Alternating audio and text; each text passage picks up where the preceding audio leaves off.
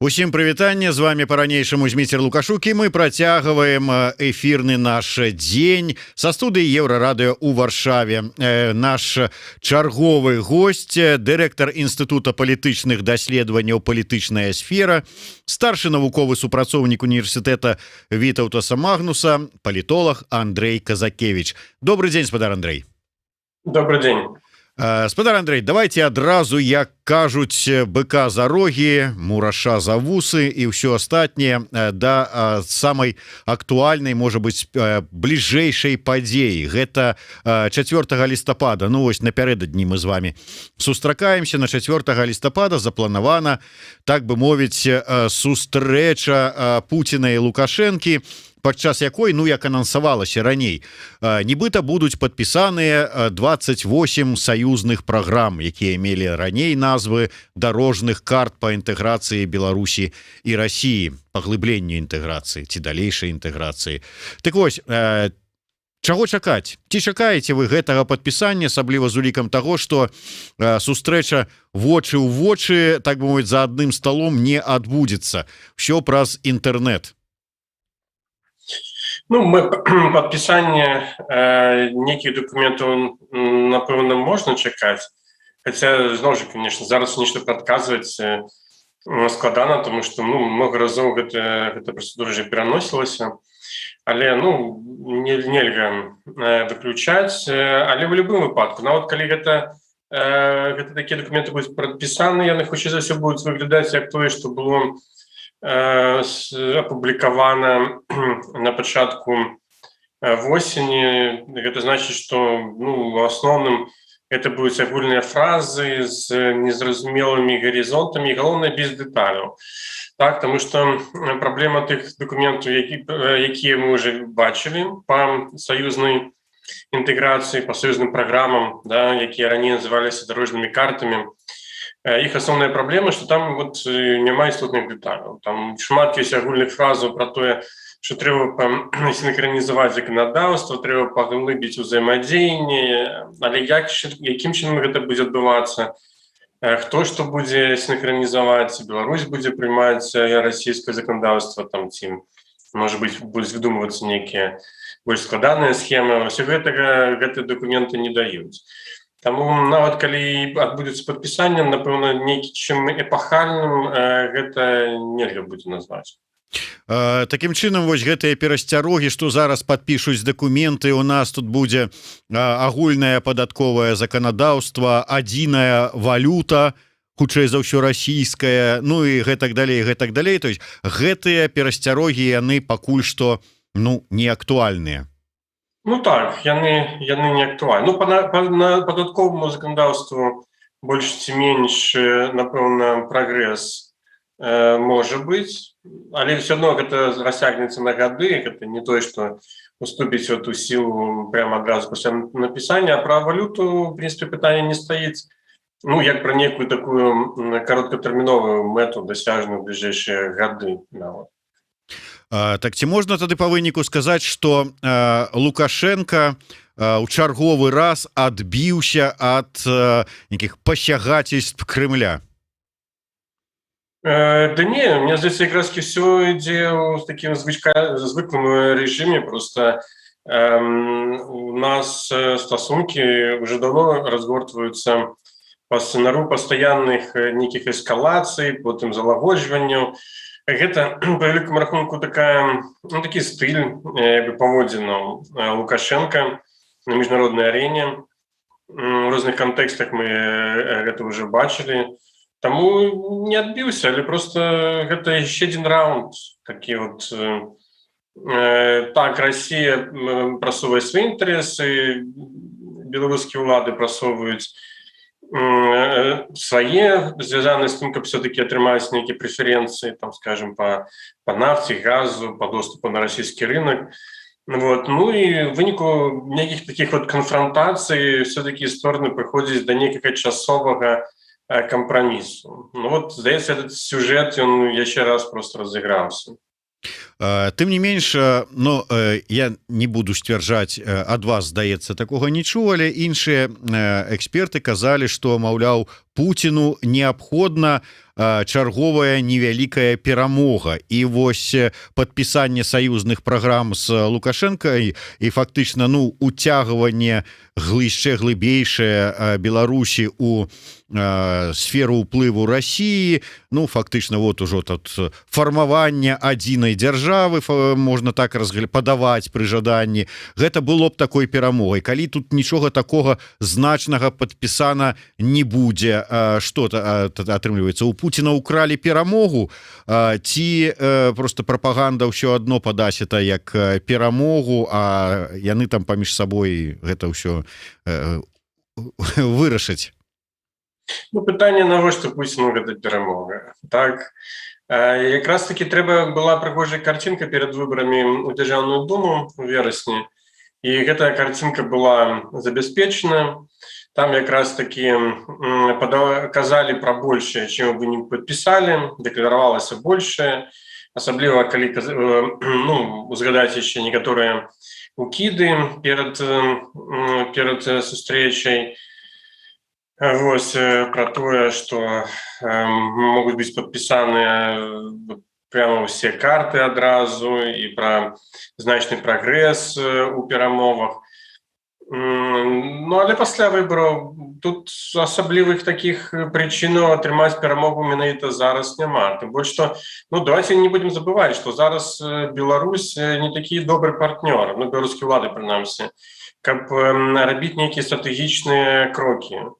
Таму што легітымнасць Лукашэнкі пад пытаннем, хутчэй за ўсе любыя дамовы, якія ён падпіша, будуць ставіць пад пытаннем будучым урадам Беларусі, прынамсі значнай часткай грамадства. Гэта адназначна выкліча негатыўную рэакцыю большасці заходніх краін, можа быць, магчыма, новыя санкцыі. Ну, то есть шмат праблем, да? Пры гэтым яшчэ трэба памятаць, што вялікага энтузіязму ў беларускім народзе гэта не выклікае, то есть няма ніводнага даследавання сацыялагічнага, якімі методыкамі там людзі не карысталіся, якое паказвала, што там, прынамсі, траціна насельніцтва хацела нейкай шчыльнай інтэграцыі. Гэта значна менш, ну, адпаведна, гэта дадатковыя рызыкі. Сацыялагічнае пытанне ў Расіі паказвае, што і там неяк энтузіязма вялікага гэта все не выклікае. Таму, хутчэй за ўсё, стратэгічная лінія Расіі не зрабіць некую адну такую вялікую перамогу, але проста паступова все больш, ну, прывязваць Беларусь праз нейкія інстытуцыйныя механізмы да сябе, каб надзейна захаваць яе ў сферы свайго знешнепалітычнага ўплыву. Ну, напрыклад, там падатковае заканадаўства, да, это такі от пэўны крок. Вот. Збліжэнне там у сферы транспарта. Ну, гэта таксама, да, дадатковы, напрыклад, пераход Беларусі на стандарты расійскія у асобнай галіне. Ну, вот такія механізмы, уласна, я думаю, будуць асноўнымі у тым, як Расія будзе ставіцца да Беларусі, не думаючы пра тое, каб зрабіць нейкі такое глобальнае паглынанне, пра якое часта кажуць эксперты. Прыкметаў таго, што нешта такое рыхтуецца, ну, я, прынамсі, не бачу. А вось з гэтага пункту гледжання рэферэндум, наколькі ён кладзецца ў такую каляіну расійскай палітыкі ў дачыненні да Беларусі? Гэта ўсё ж такі у тым ліку на патрэбу, можа быць, Расіі, на патрабаванне Расіі робіцца, ці ўсё ж такі унутраная неабходнасць жадання беларускага рэжыма ці там Лукашэнкі?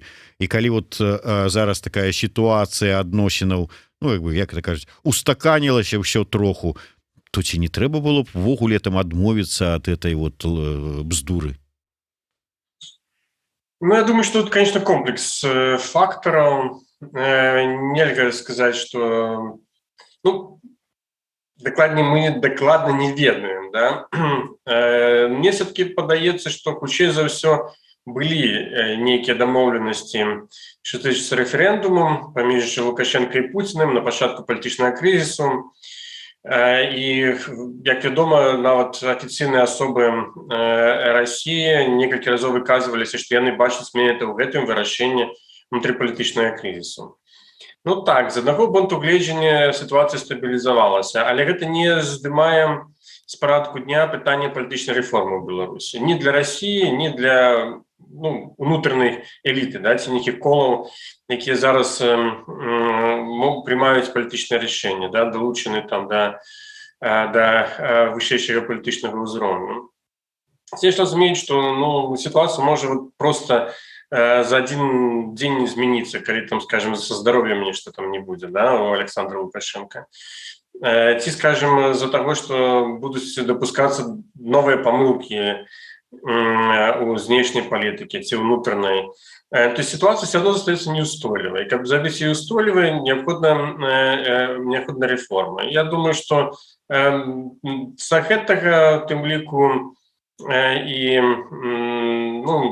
Россия может выступать, да, ці нагадывать, принамсі, Лукашенко про то, что такую реформу треба провести. Ну, але хапае і внутренних причин для такой реформы, тому что, по великому рахунку, яе усе чакаюць у той ці іншай ступені, і прихильники Лукашенко, і тыя, хто ставится до ўлады критично, тыя, хто ставится до яе абыякова, тому что незразумела перспектыва, будучыня. Да, магчыма, ситуация зараз так стабілізавана. Это значит, может быть стабилизовано у короткотерминовой перспективе, может быть, нават среднетерминовой перспективе. Но але все равно становится питание, а что далей? То есть, яким чином будет выглядать політичная система пасля Лукашенко, да? Ці прынамсі пасля ягонага частковага адыходу ад улады. Што ён можа паабяцаць вось гэтай сваёй эліце у выніку транзіта? Якім чынам будзе адбывацца транзіт, які так ці інакш адбудзецца, так? Ці прынамсі, пакуль што гэтае пытанне хвалююць, і мы ведаем, што яны хвалююць шырокія колы беларускага грамадства, зноў жа скажу, вельмі розных поглядаў. І такі рэферэндум, гэта мусіць быць адказ. Прынамсі, ён фармуляваўся, да, гістарычна, калі мы згадаем, калі прыдумлялася гэта ідэя з рэферэндумам, гэта восень 2020 года, зіма 2020-2021 года, і нават яшчэ у весну сітуацыю не падавалася такой адназначнай з пункту гледжання рэпрэсіі, падаўлення пратэснай актыўнасці. І тады былі дадзеныя пэўныя абяцанні. Зараз гэта абяцанне ўжо цяжэй забраць, таму, напэўна, гэты рэферэндум все-таки будзе праведзены. Хаця, конечно, напэўна, думкі пра тое, каб яго адкласці там на год, на два, вітаюць у калідорах беларускай улады. Все-таки гэта сапраўды рызыкоўны зараз крок. Гэта па-першае. Але я думаю, што самая вялікая праблема, што няма разумення таго, якую все-таки палітычную мадэль выніку абраць. І мы бачым, наколькі супярэчлівыя сыходзяць сігналы на гэты конт ад дзяржаўных асобаў і ад самого Александра Лукашенко. У прыватнасці, па пытанню Беларускага народнага схода, але пры гэтым захаванне прэзідэнцкай рэспублікі, па перазмаркаванню паўнамоцтваў паміж рознымі галінамі улады. Тут няма візіі, так, візія, дакладная візія на вышэйшым палітычным узроўні у Беларусі на гэты конт не сфармулявана. І гэта яшчэ, конечно, дастатковая такі стрымліваючы фактор, каб неяк прыспешваць правядзенне рэферэндума. Але зноў жа, напэўна, все-таки он уже працэс запущены, рашэнне асноўнае прынятае. Магчыма, яшчэ невядома, што выносіць на рэферэндум, але сам рэферэндум тоже справа вырашана. Сапраўды, вельмі цікава.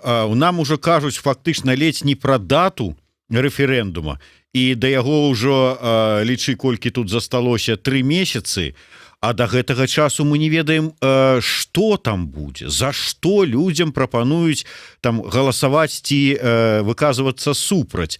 Таму што да гэтага часу нічога яшчэ не сфармулявана, не прапісана, не вырашана. То есть мы уже гаворым, што вот у гэты час мы зробім, але што будзем рабіць?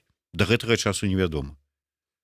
Ну так, і гэта якраз адлюстроўвае вось гэту палітычную пустоту, якую мы маем у беларускай уладзе, і адсутнасць візіі.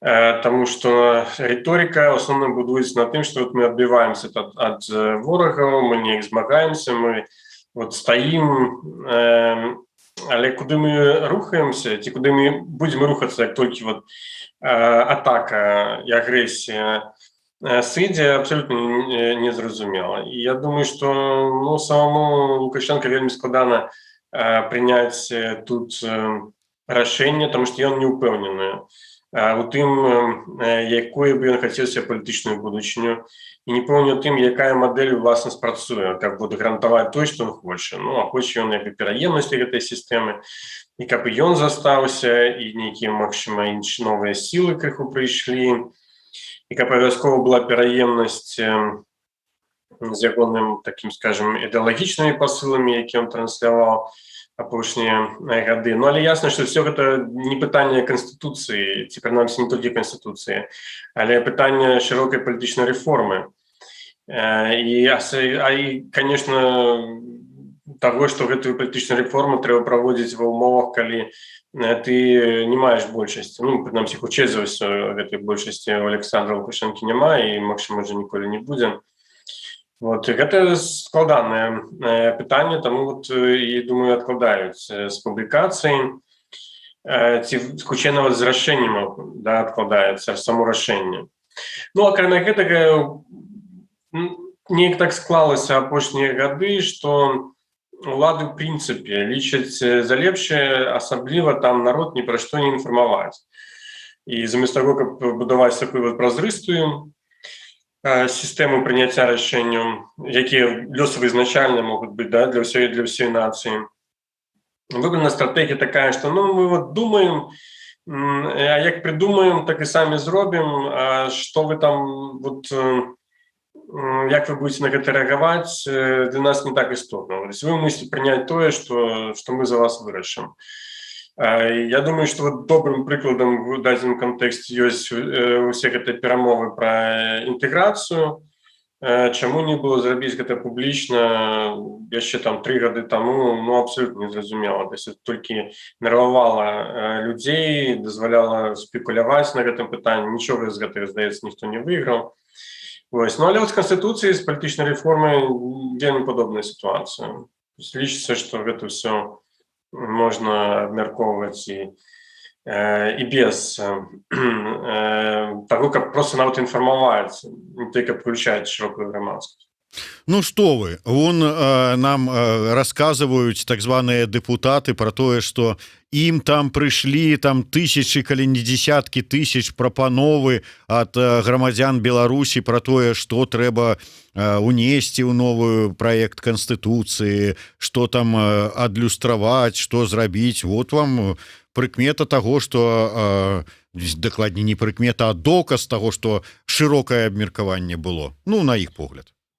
Шырока. Яно сапраўды было абмеркаванне, ўжо будзем, можна спрачацца, наколькі шырокае, але на фоне той мабілізацыі, якая адбылася ў жніўні 2020 года, сапраўды многія людзі складалі надзеі, у тым ліку і на афіцыйны праект Канстытуцыі. І ўвосень, здаецца, да снежня там прымаліся прапановы, актыўна прынамсі вялася гэта кампанія. Сапраўды, я не думаю, што там все фальсіфікавана, што там не было нізавой актыўнасці на гэты конт. Але пытанне, што адбылося пасля. Высветлілася, што ў прынцыпе няма ніякай працэдуры, якая могла, па якой бы чалавек мог бы зразумець, улічаны гэта меркаванне, не, калі яны адхіленыя, то чаму? Потым все адно ствараецца вельмі такая непразрыстая, як Конституцыйная камісія, з людзей, якія не карыстаюцца асаблівым там даверам у грамадству, ну, сваёй большасці, некаторыя большасць нават увогуле невядомыя грамадству. З палітычнага пункту гледжання таксама не збалансаваная, то есть там няма не представлен далеко не весь спектр, да, палітычных сілаў быў. Ну, то есть былі праблемы, да, да працы гэтай камісіі. Вот. Ну і на выніку, конечно, ну так, да, там былі пададзены сотні там ці тысячы, я уже не памятаю па афіцыйнай гэтай статыстыкі прапановаў, але ці былі яны ўлічаны, як яны былі разгледжаны, ну, неяк немагчыма зразумець. Ну і, в прынцыпе, па дальнейшым абмеркаванням мы же бачым, да, што ўсё адно апеляцыя ідзе да таго, што спадабаецца Лукашенко, а што не спадабаецца. Аргументацыя там ніколі не вялася на працу, ну, прынамсі, калі мы глядзім на запісы там ці некую інфармацыю, якая была па працы камісіі, то там ніколі не было інфармацыі пра тое, такой аргументацыі, да, што мы прымаем гэта рашэнне ці гэту прапанову, таму што за яе там выказалася такой колькасць людзей, да, ці там маем такія, вот, скажем, вынікі даследаванняў, якія дэманструюць падтрымку беларусаў вот такого кшталту зменаў. Ну, там логіка зусім іншая, да, вот, адстаяць інтарэсы дзяржавы ў іх разуменні, захаваць пераемнасць, стабільнасць, ну і гэтак далей. То есть, в прынцыпе, размова ідзе выключна пра вузкапалітычныя інтарэсы тых людзей, якія знаходзяцца ва ўладзе, ну і перш за ўсё самого Лукашенко. Это настолькі відавочна, прынамсі, вот, ну, з пачатку лета, да, калі казаць пра працу Конституцыйнай камісіі, гэта настолькі відавочна, што, ну, конечно, нельга казаць пра тое, што вот широкие массы удзельнічалі ў падрыхтоўкі гэтага праекта. Мы можем сказаць, што на ўзроўні экспертаў была сур'ёзная дыскусія, што была некая інклюзіўная экспертная дыскусія, якая прадставіла магчымасць выступіць розным экспертам, розным спецыялістам у гэтай галіне. Нават гэтага не было. Тым не менш, выказваецца меркаванне, што ўсе гэтыя вот рэпрэсіі апошняга там паўгода, года, не бярем адразу пасля выбарчыя, а ўжо пазней, яны ладзіліся, асабліва вот вынішчэнне, там, скажем, гэтых недзяржаўных грамадскіх аб'яднанняў, зараз гэтыя змаганні з тэлеграм-каналамі, са СМІ, ўсё гэта робіцца для таго, каб ціха, спакойна, падкантрольна правесці гэты рэферэндум, каб ніхто не лез са сваімі вот этими экспертнымі меркаваннямі і незадаволенасцю. Адпаведна, ёсць меркаванне, што вот, ну, калі атрымаецца у іх так вот па сваім плане і раскладзе правесці гэты рэферэндум і атрымаць неабходныя вынікі, ну, пасля гэтага ўсё, как бы, ну, можна і завязваць з рэпрэсіямі. Чакаеце вы такога? Ну, здарыцца можа што заўгодна, але не па гэтай логіцы. Да? Разумееце, вот гэта такі падыход, што ты можаш вырашыць усё сілай і гвалтам. Ён разбэшвае. Ён робіць тых, хто кіруе дзяржавою, лінівым. То есть, калі ты не можаш выкарыстоўваць гвалт, да, тады там ты прыдумваеш нейкія схемы. Ну, напрыклад, там, да, нейкія медыйныя праекты, якія забяруць аўдыторыю у тэлеграм-каналу. Ты разбіваеш апазіцыю, адцягваючы, ну, да сябе і нейкую частку. Ну, яшчэ што-то там такое придумляеш, таму што ты не можаш просто взять там всех і пасадзіць, там, да, взять і всех закрыць. Апошнія месяцы показалі, што, ну, вот, такіх рамак няма, гвалт можна ўжываць, ён эфектыўна працуе.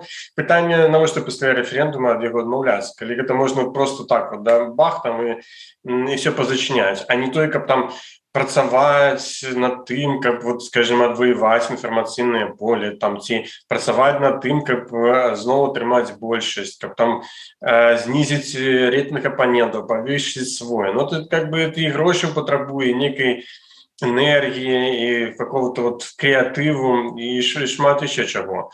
А калі можна просто взять там вот і усіх закрыць ці выгнаць ці яшчэ што-небудзь, то ну чаму проведение референдума мусіць поставить гэтаму кропку? Не, то есть это ну, зноў жа, калі нічога не зменіцца у іншых структурных параметрах, я маю на ўвазе знешні контур, эканоміка і унутранае напружанне, якое ёсць і ў эліце і ў грамадстве, да? Калі, скажем, гэты параметр не мяняць, то няма ніякіх рацыянальных падставаў взять і спыніць рэпрэсіі. Тым больш, што ёсць дастаткова шмат людзей, якія будуць лабіраваць гэтыя рэпрэсіі, якія будуць іх прасоўваць пастаянна знаходзіць новых ворагаў, а гэта зараз не складана, да?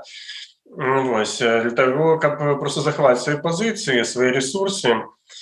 Таму я баюся, што все так проста не будзе. І, конечно, адмова ад гвалту будзе больш складаным працэсам і вымушаным для ўлады. Да? Калі яны гэта вымушана будуць зрабіць, ці пад у выніку эканамічнай сітуацыі, ці ў выніку росту ўнутранага некага супраціўлення, ці проста напружанасці, ці ў выніку дзеяння знешніх актараў, патэнцыял для ціску якіх далёка не вычарпаны, да?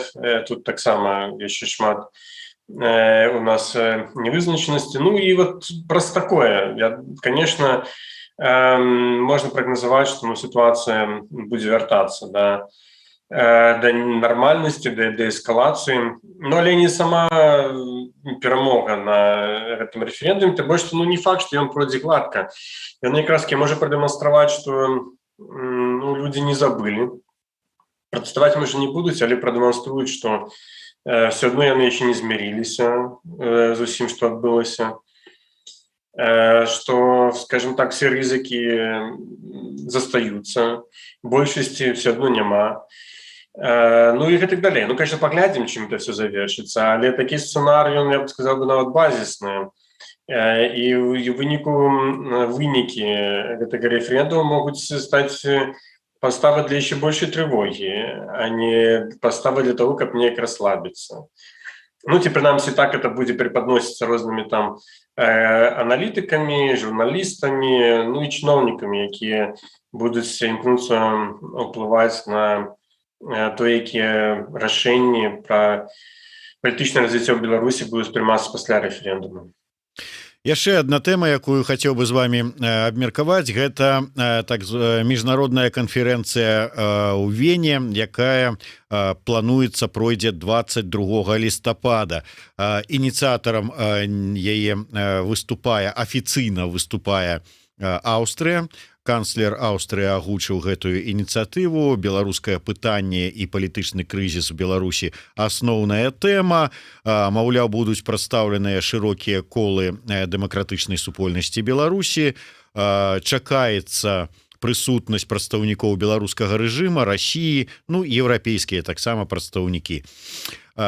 Першае пытанне: ці чакаеце вы досыць ўсё ж такі, можа быць, сур'ёзнага такі прадстаўніцтва ад беларускага рэжыма, ці сапраўды абмяжуецца ўсё узроўнем плінтусным у выглядзе васкрэсенскага ці шпакоўскага?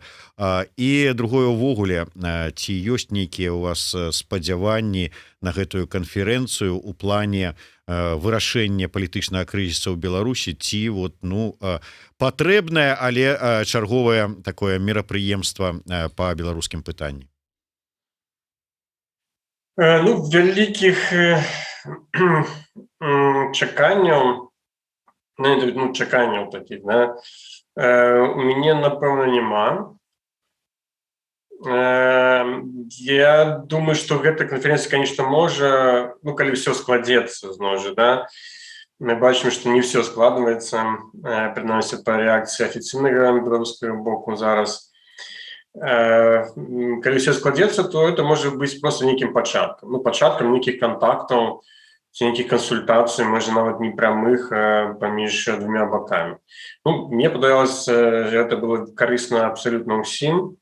І перш за ўсё карысна для краіны, да, таму што зараз мы бачым, як адбываецца палярызацыя, і з гэтым трэба нешта рабіць.